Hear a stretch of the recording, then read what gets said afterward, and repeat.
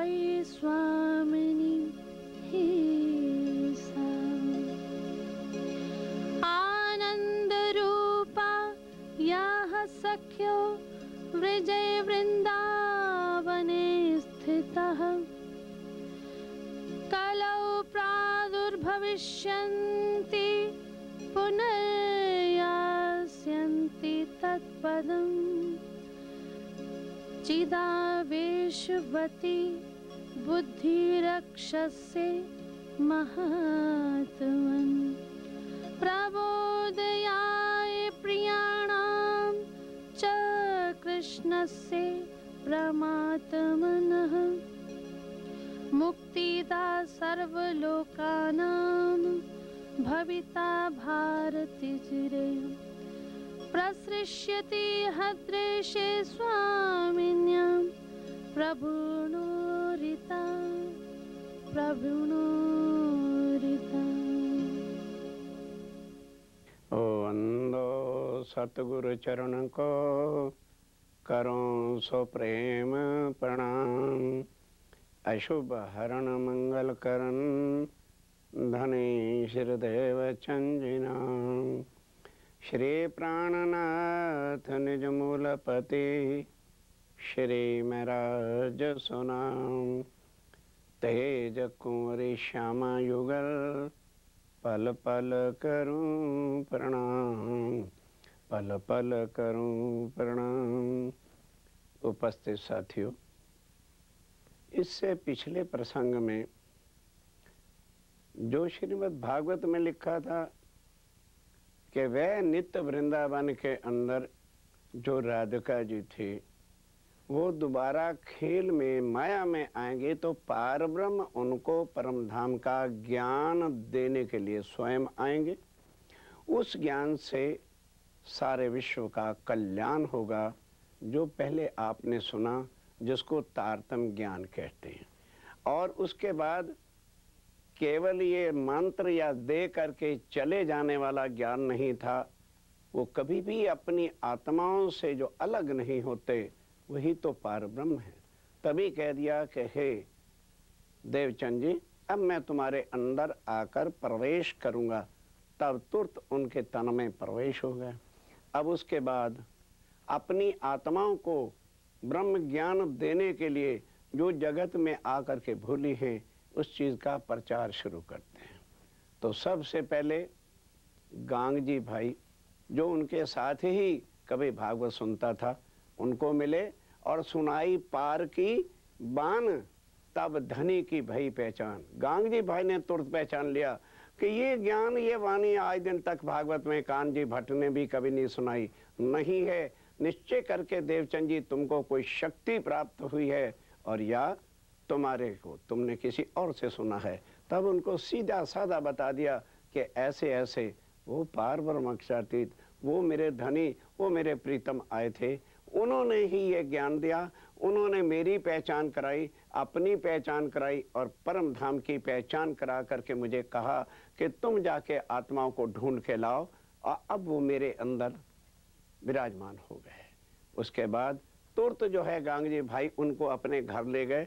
अब देवचंद्र मान के नहीं कि अक्षरातीत पूर्ण ब्रह्म मेरे धाम के धनी हैं, अपने घर पे सिंहासन लगाया और वहां से प्रचार शुरू होने लग गया।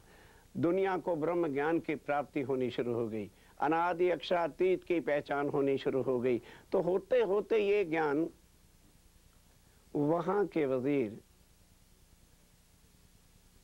और उनके घर में 5 लड़के थे, तो उनके घर जो है ये वाणी किस तरह से गई। गांग जी भाई जी के लड़के श्याम जी की जो पत्नी थी, उनकी बुआ उधर रहती थी। तब उनको जाके वो रोज कहती है, हमारे घर श्री कृष्ण जी साक्षात आते हैं, आड़ी का लीला होती है और बड़ा बड़ा सामान भी लाते हैं। ओ बुआ फुई तू चल के देख तो सही। तब उन्होंने अपने छोटे देवर गोवर्धन ठाकर, इस परिवार में 5 भाई थे, सांवलिया ठाकर, हरवंश ठाकर, गोवर्धन ठाकर, महराज ठाकर और उद्धव ठाकर। तब वो पहले जाते हैं और जाके यही अर्ज विनती के, दुनिया वाले जो मांगते हैं ना कि हमें ये चीज़ दे दो, वो नहीं, वो कहते हैं मैं अपनी आत्मा का कल्याण करने के लिए आया हूँ। उसी वक्त उनको तारतम्य ज्ञान उस अक्षरातीत की पहचान से संबंध जोड़ दिया। अब वो घर आते हैं और वो जो लीला श्री कृष्ण जी की वहाँ पर होती है उसको आकर के यहाँ पर सारा कुछ जो है घर में बताते हैं। तो उस चर्चा को सुन के गोवर्धन ठाकुर की आत्म ये है। गोवर्धन ठाकुर के बाद उनका छोटा भाई मेराई ठाकुर, जिनके अंदर अपार ब्रह्मक्षातीत देवचंद जी के तन के बाद प्रवेश करेंगे और विद्यावानंद बुद्ध निष्कलंक का अवतार जाहिर होंगे। इनके हृदय के अंदर जो है परम धाम की इंद्रावती की आत्म बैठी है। तो भाई के साथ ही चले जाते हैं। कुछ दिन तो भाई इनकार करते रहे कि तेरी आयु छोटी है, पर फिर आखिर ले ही जाते हैं। और जा कर के जब चरणों में प्रणाम किया, अब समझिए कि कौन कैसे पहचान जाता है कि इसके अंदर परम धाम की आत्म बैठी है कि नहीं। तो जैसे देवचंद जी के तन में अक्षरातीत बैठे हैं तो वो कहाँ से पहचानते थे? जब नैनों से नैन मिलाते हैं तो अंतर के चक्षु से वो पहचान जाते थे कि इसके अंदर परम धाम की आत्म है। ये अक्षरातीत ही पहचान सकते हैं, हर कोई नहीं ये चीजें पहचान सकता। ये कोई हिप्नोटिज्म की बातें नहीं है, ये परम धाम का ज्ञान है, अंदर आंतरिक आत्मा की ज्ञान है। तो उसी वक्त उनको चरणों में लिया और तारतम दे दिया, अर्थात संबंध बता दिया, सारी पहचान करा दी। अब उसके बाद क्या होता है, प्रचार बढ़ते बढ़ते जो है तो मेराई ठाकुर के दिल में भी बात आती है कि भाई इनको परम धाम नजर आता है तो मेरी आत्मा को क्यों नहीं परम धाम नजर आता। अब देखिए समझिए क्या बात है कि मेराई ठाकुर समझ रहे हैं कि ये जो तन है देवचंद जी का, सतगुरु महाराज मेरे सतगुरु हैं, बस वो सतगुरु ज्ञान देता है और धनी परम धाम ले जाता है। देखो कितना अंतर है, ये चीजें समझने की है, तभी धीरे धीरे समझा रहा हूँ। अब उनके ज्ञान को सुनकर वो तो यही रोज ज्ञान सुनाते थे कि हमारी तुम्हारी आत्मा सबकी एक है। तो वो दिल में मेराई ठाकुर को क्या लग जाती है कि भाई फिर इनको परम धाम नजर आता है तो मुझे क्यों नहीं नजर आता। बड़ी कसनी करने लगे, बड़ी वो सब कुछ किया। तो परम धाम और अक्षरातीत जप से तप से कसनियों से माला से तो मिलते नहीं। आखिर उन्होंने जाकर के कहा, पूछा देवचंद जी ने, मेराई ठाकुर तेरी हालत ऐसी क्यों हो गई है? कहने लगे धनी, जब आप कहते हो आत्मा हम सबकी एक है तो आपको परम धाम नजर आता है तो मुझे क्यों नहीं नजर आता।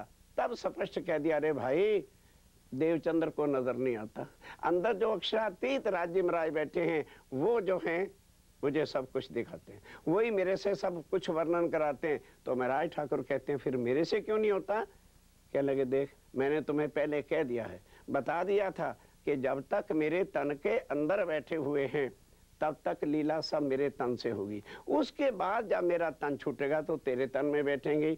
ये हुक्म की बात है, एक ही ठौर हो सकती है, एक ही टाइम में अक्षरातीत 10 तनों में बैठ के लीला नहीं करते।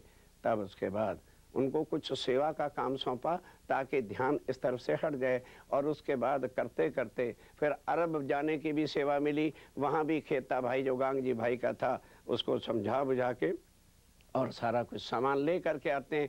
उसके बाद वो समय आखिर आ गया जब देवचंद जी का शरीर छूटना है।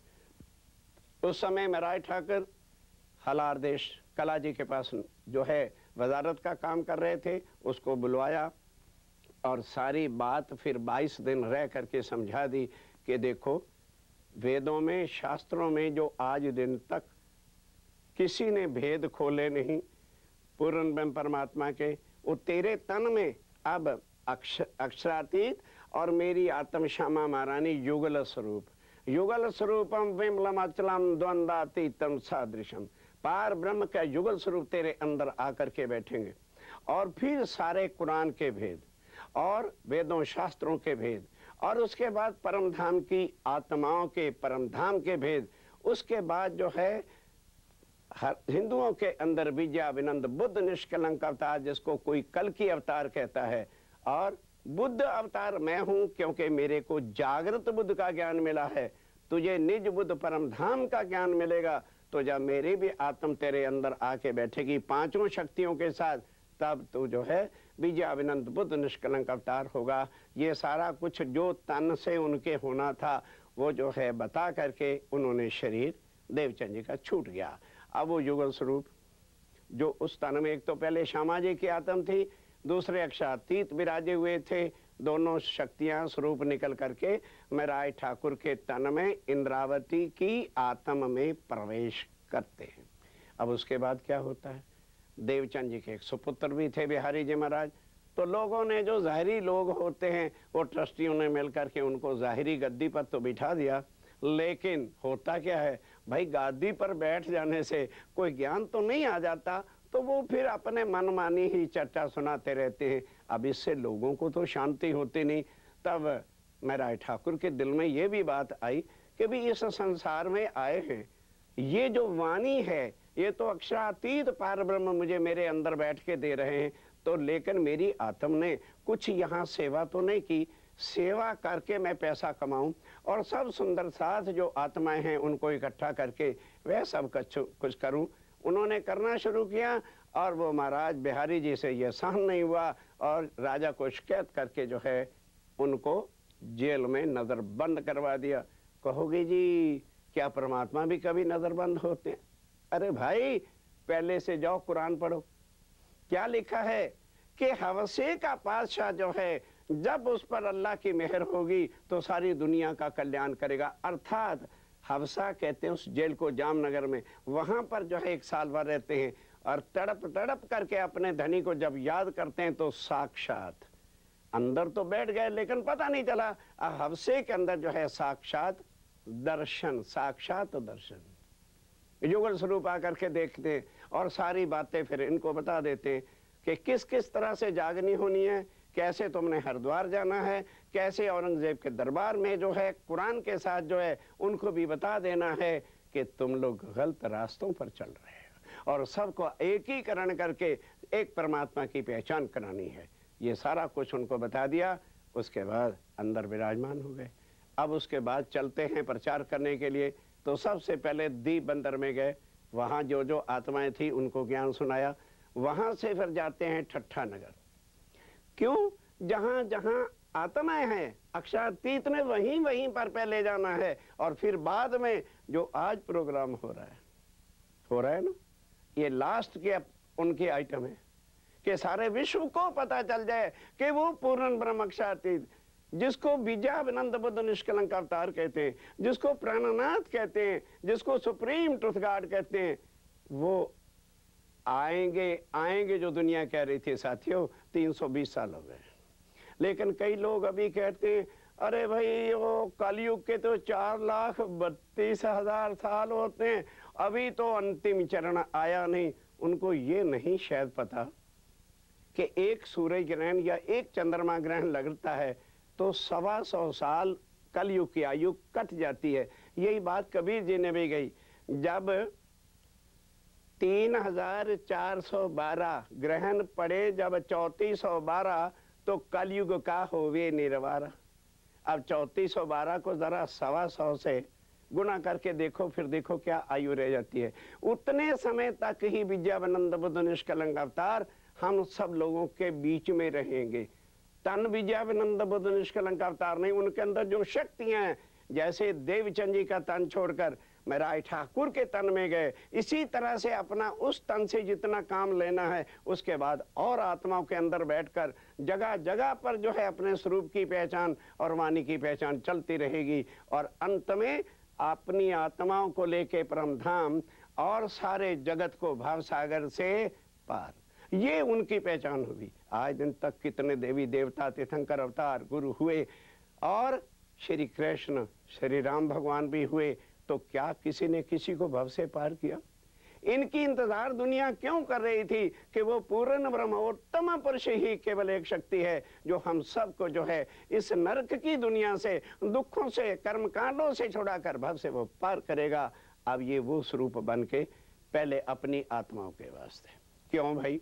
इसलिए मानो बारात आती है, कोई जौन आती है ना, उसके लिए लड़की वाले सामान तैयार करते हैं, तो पहले पूछ लेते हैं जी कितने आपके लोग होंगे? जी 200 होंगे। तो 200 तो भाई हमारे भी सगे वाले होंगे। अरे भाई 150-200 तो और भी होंगे, 600 का भोजन बना दो। भोजन तो एक मीनू तो एक ही रहता है ना, लेकिन पहले खिलाया किसको जाता है? बारात को। बाद में सबका नंबर लगता है। तो जिनके लिए वो पारब्रह्म आए हैं अपनी आत्माओं के लिए, पहले ज्ञान उनको देकर माया से निकाल के उनको परम धाम की अपने धनी की पहचान कराने के लिए अब ये प्राणनाथ जी महाराज अब इस दिन से ये बन गए प्राणनाथ, क्योंकि युगल स्वरूप हृदय में विराजमान हो गए। तो ठट्ठे नगर पहुंचे जो सिंध में आता है, वहां पर लालदास जी महाराज थे। अब वो बड़ा करोड़ोंपति सेठ था, उसकी दुकान पर भागवत तो होती रहती थी, लेकिन पता नहीं था कि अखंड वृंदावन अखंड गोकुल कहाँ पर है। तो अब ध्यान से सुनना, नाथा जोशी के यहाँ स्वामी जी जाके ठहरे, तो चतरा पुकरना नाम का एक पंडित ब्राह्मण था, वो लालदास जी की दुकान पे काम करता था। अब रोज आके अखंड की वाणी सुनता है, तो जाकर के लालदास जी से कह दिया, और लालदास तुम इतने दिनों से भागवत सुनते हो, तुमने भागवत से लिया क्या, बता सकते हो कि नित्य वृंदावन अखंड रास जो है, अखंड ब्रिज जो है वो कहाँ पर है। तो वो चौंक गए, कहने के भाई तुमने ये ज्ञान कहाँ से सुना। कहने के सेठ जी महाराज शाम को तिजोरी के नोट लेते हो, उठाते हो, भर के जाके घर बैठ जाते हो, तुम्हें एक नोटों के बिना और तो कुछ है नहीं, तुम्हें तो इस संसार में नोट ही चाहिए, भागवत एक दिखावे का तुमने वो कर रखा है। यहाँ वो हस्ती आए हुए, एक महान पुरुष आए हुए हैं, चल के उनका ज्ञान सुनो। तब जो है लालदास जी गए, और जाते ही जब देखा अक्षातीत श्री राज्य महाराज युगल स्वरूप ने ठीक है बिठा दिया, और उसके बाद उनको नित्य वृंदावन बताया कि भाई ये जो मथुरा वृंदावन दिल्ली के पास है ना, ये 14 लोक के अंदर है। तो भागवत क्या कहती है कि 14 लोक 5 तत्व 3 गुण का महाप्रलय में लय हो जाएगा, फिर किस वृंदावन में जाओगे। वो इस ब्रह्मांड में नहीं है, इस दुनिया में वो गोकुल वृंदावन नहीं है, वो निराकार के पार योग माया के ब्रह्मांड के अंदर है, और वो त्रिधा लीला सारी उसको समझाई। अब तो लालदास जी के होश हवास गुम मगन हो गए। घर आए, घर आने के बाद खाना खा के बगिया में जाते हैं, और बगिया में जाकर बैठे ही थे, सोच रहे थे कि अरे चतरा पुकरना मेरा नौकर था, उसको ये ज्ञान प्राप्त हो गया, मैं पीछे ही रह गया। तो वहां पर उसका जो माली था इंद्रदास, वो आ गया। वो आके क्या कहता है, सेठ जी जिनकी चर्चा सुनने जाते हो, क्या उनकी पहचान हुई। वो हैरान हो गए कि मैं खाम खा का ही सेठ बना रह गया, मेरे नौकर मेरे से भी आगे। तो कहने लगे महाराज, वो माली कहता है कि महाराज सेठ जी अगर आप इजाज़त दो तो मैं आपको इनकी पहचान कराऊं। कहने लगे भाई बता दो, तुम ही बता दो। कहने लगे सुनो, जैसे मारकंड ऋषि ताल के ऊपर बैठे तपस्या कर रहे थे, तो तपस्या पूरी होने को आई ही थी कि नारद जी आ गए। नारद जी ने आके कहा नारायण नारायण। अरे भाई मारकंड, तेरी तपस्या पूरी हो गई है, और आदिनारायण भगवान तुम्हें दर्शन देने के लिए आ रहे हैं। जब वो आएंगे 2 चीजें मांग लेना, एक वरदान के अंदर। कहने लगे कैसे। कहने लगा हे प्रभु, एक तो आप अपने चरणों से कभी जुदा ना करना, और दूसरा मैंने माया भी देखनी है। तो वो तुम्हें तथास्तु कर देंगे, और तुम्हें सब चीज का पता चल जाएगा, दुनिया की दुनिया भी देख लोगे, नारायण भगवान के चरण कमल भी मिल जाएंगे। उन्होंने कहा ठीक है। बस 2-4 दिन के बाद वो तो तपस्या में लीन ही थे, नारायण भगवान आए। आकर के मारकंड महाराज चरणों में गिरे। जब भगवान सामने आए तो पूछा बेटा क्या चाहिए। कहने लगे भगवान कुछ नहीं चाहिए, बस एक तो माया दिखा दो, और साथ साथ आपके चरणों से मैं कभी जुदा न हूं। तुरंत तो समझ गए क्या तेरे पास नारद तो नहीं आया था। ये नारद की करतूतें होती है, आदमी को भटका देना। खैर अच्छा कोई बात नहीं, तो तैयार हो जा, पहले हम तुमको माया दिखा देते हैं, फिर अपने चरणों में ले चलेंगे। कहने लगे ना भगवान 2 मिनट रुक जाओ भाई, मैं आपको चंदन पुष्प तो कर लूँ। तो वो ध्यान के साथ मेरे साथियों बड़े गजब की बात समझने वाली है। अब वो चरनाठी होती है पत्थर की, जिस पर जल छिड़क करके चंदन घिसते हैं। आधा ही चक्कर चंदन का लगाया था कि आदिनारायण भगवान ने जो है अपनी कृपा दृष्टि से माया का आवरण उस पर डाल दिया। वो वहीं का वहीं बैठा है, और क्या देख रहा है कि मैं गहरे सागर में समुद्र में जा रहा हूँ, डूब रहा हूँ, तैर रहा हूँ, तैर रहा हूँ, तैरता हूँ। थोड़ी देर के बाद बेहोशी सी आ गई कि पता नहीं मैं कहाँ पर हूँ। क्या देखता है साथियों, ये हकीकत का प्रसंग है मारकंड ताल का। हर जब आप हरियाणा में जाते हो, वहां उसने क्या देखा कि मैं बहुत एक, अब ये स्वप्न माया क्या है उसके अंदर देख रहा है कि मैं एक बहुत सुंदर नारी का रूप उसको जो है मारकंड ऋषि को मिल गया। वो तो भूल ही गया कि मैं मारकंड हूं या ताल पे तपस्या कर रहा हूं। एक सुंदर नारी का शरीर वस्त्रों के बिना तैरता हुआ चला आ रहा है। आगे जो है धोबी, घाट पे धोबी खड़ा हुआ है। उसने देखा, अरे इतनी सुंदर नारी है और किस पापी माँ बाप ने या इसके पति ने जो है इनको धक्का दे करके सागर में भेज दिया, धक्का दे दिया। अब वो दूर ही खड़ा बेचारा पूछ रहा है, बहन कौन सा तेरे पापी माँ बाप हैं? कहते नहीं। कौन सा तेरा ऐसा पति है जिसने तुझे समुद्र में जो है धक्का सागर में दे दिया है? अब उसे पता होता तो कुछ बताती। अब बेचारा वो कहता है, अच्छा ये मेरे पास कपड़े हैं। आप तो जानते हो धोबी के पास भाइयों के भी बहनों के भी हर प्रकार के कपड़े होते हैं। तो वो कपड़े फेंक दिए कि लो ये कपड़े फेंक लो, आप पहन लो। जब उसने कपड़े पहन लिए तब वो पूछने लगा धोबी कि आपने जाना कहाँ पर है, मैं आपको वहीं पहुंचा देता हूँ। उसे पता ही नहीं था मैं आए कहाँ से हूँ। साथियों, ये ब्रह्म ज्ञान की नींव है। आज मैं आपसे यदि प्रश्न करूं, आप कहाँ से आए हो? दुनिया के शहर का तो नाम बता दोगे, मरने के बाद कहाँ जाना है, और जन्म लेकर के आए कहाँ से हैं, किसने हमको यहाँ भेजा है? हम तो जागृत हैं, वो तो बेहोशी में था। मारकंड एक स्त्री के रूप में आ गया। तब क्या बताता कि मैं कहाँ से आया हूँ? तब धोबी कहता है कि फिर भाई मेरे साथ अगर शादी करनी है तो कर सकते हो, मैं अभी कुंवारा हूँ, मैंने भी शादी नहीं की। तब वो सोचने लगा मारकंड उस तन में कि भी जो बिन जान पहचान के मेरे कपड़े दे सकता है तो जिंदगी में चाहिए क्या? 2 कपड़े और 2 रोटी, इसकी सेवा कर लेंगे, रोटी खा लेंगे। तो कह दिया भाई मैं तैयार हूँ, मैं तेरे साथ शादी करता हूँ। वहीं पर जल लिया, छींटा दे दिया। अब वो बन गई धोबन। धोबी ले गया घर। अब काम करना पड़ता है, अभी तो कोई संतान नहीं थी।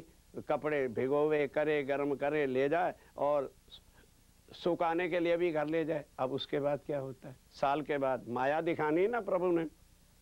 साल के बाद एक बच्चा हो गया। अब एक बच्चा तो भागते दौड़ते ही धोबन उसको उठा लेती थी, काम कर देती थी। साल के बाद एक बच्चा और हो गया, माया दिखानी है ना। अब 2 बच्चे, 1 साल का एक और हो गया। थोड़ी अड़चन आने लगी, लेकिन फिर भी वो काम करती रही। उसके बाद दूसरा साल बीता तो तीसरा बच्चा और हो गया। इस तरह से करते करते अब घर में खटपट होने लगी। समय पर जिसको कपड़े प्रेस करके धो के नहीं दिया जाएगा तो वो काम कैसे कराएगा? वो धोबी से भी लोग लड़ने लगे, भाई अब आज के बाद हम तुम्हारे से जो है कपड़े नहीं धुलाएंगे। अब उसके बाद ऐसी खटपट में धोबी रोज उससे डांटने लगा, फटकारने लगा कि किस तरह से बच्चे पालेंगे, किस तरह से सारा जीवन निर्वाह होगा, तू जरा हिम्मत से काम कर। एक बच्चा और। अब वो 4 बच्चों को पाले कि घर में रोटी पकावे कि क्या करे। अब धोबी को चढ़ा गुस्सा तो डंडों से लठ लेके मारने लगा। 1 साल तो लठ से मार खाते खाते भी बीत गए। अब आया 5वां साल, एक बच्चा और। अब कोई बच्चा बीमार, कोई कुछ कोई कुछ, तो बस मार से तंग आकर के ओ धोबी, कौन? मारकंड ऋषि, सोचा कि उसे अभी भूल चुका है कि मैं कौन हूँ। जैसे आज हम माया में, परिवार में, कोठियों में, बंगलों में भूले बैठे हैं कि मैं कौन हूँ, कहाँ से आया हूँ। है याद? मरने के बाद जाना कहाँ पर है। इस तरह से मारकंड ने सोचा, इससे तो मैं गले में फांसी लेके मर ही जाऊं तो अच्छी है, अपने आप जो है अपने बच्चे पालते रहेगा। जैसे धोबी कपड़े लेके गया धोने के वास्ते, बस वो मारकंड ऋषि अर्थात धोबन ने गले में लेके फंदा और लगी फांसी लेने। अब मारकंड ऋषि ऊपर नारायण भगवान देख रहे हैं, कह रहे ये तो भक्त हमारा फांसी ले रहा है। तुरंत आ गए और आकर के बाहर उसके दरवाजे पर साधु का भेष बनाकर कुंडी खटखटाई। तो अब धोबन ने क्या समझा कि शायद धोबी कहीं ना वापस आ गया हो, तो भाग के गई और जाकर के जो है और दरवाजा खोला। जब दरवाजा खोला तो सामने देखा कि साधु महात्मा युवा अवस्था वाला खड़ा है। धोबन को चढ़ा गुस्सा, उसको अनाप शनाप फटकारने लगी। तब उसको जो है वो क्या कहते हैं, मारकंड की कथा सुनाते हैं तब हम भोजन पाते हैं, और अंदर घुस गए। अब उसके बाद जो है उनको बड़ा गुस्सा चढ़ा कि भाई तू किस तरह से अंदर चला आता है, मारकंड की कथा सुनाते हैं तब हम भोजन पाते हैं। कहता जा मत, तू जो कुछ भी कहा। धोबंती अनाप शनाप गालियां देने लगी। रोटी बना रही है और आदि नारायण भगवान बैठे कथा सुना रहे हैं कि एक मारकंड ऋषि था, ऐसे ऐसे उसने तपस्या की, नारायण भगवान ने आके दर्शन दिया और उसने माया और चरणों से रहना, चरणों के पास मांग लिया। इस तरह से फिर उन्होंने समुद्र में डाला।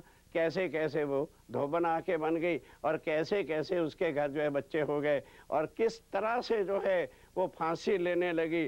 पर भगवान कभी नहीं देख सकता कि मेरे भगत को संकट हो। जब ये कहा कि मारकंड जो है इस समय जो है बैठा धोबी के रूप में रोटी बना रहा है और नारायण भगवान उसको बैठकर उसकी याद दिला रहे हैं, उसी वक्त वो धोबन उठी और चरणों पे गिर के कहती भगवान। पर जैसे गिरी चरणों में किया भगवान, तो उधर वही पर्दा हटा दिया माया का। वो मारकंड ऋषि चंदन ही लिए बेचारा बैठा है। तो नारायण भगवान ने पूछा, मारकंड क्यों भाई, बोल, माया देख नहीं। भगवान नहीं, अब कभी माया का मैं नाम नहीं लूंगा।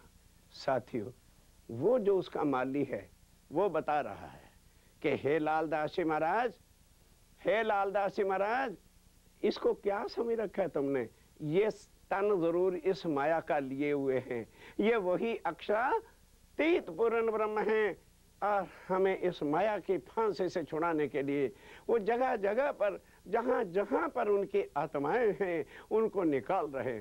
इतना सुनने के बाद लालदास जी महाराज इतने मुग्ध हो गए कि बस जाके स्वामी जी के चरणों पे गिर गए और बस फिर पहचान ली। कह दिया, हे धनी, मैंने पहचान लिया कि तुम कौन हो, परमधाम के अक्षरातीत हो, हमारी आत्मा को जगाने के लिए आए हो।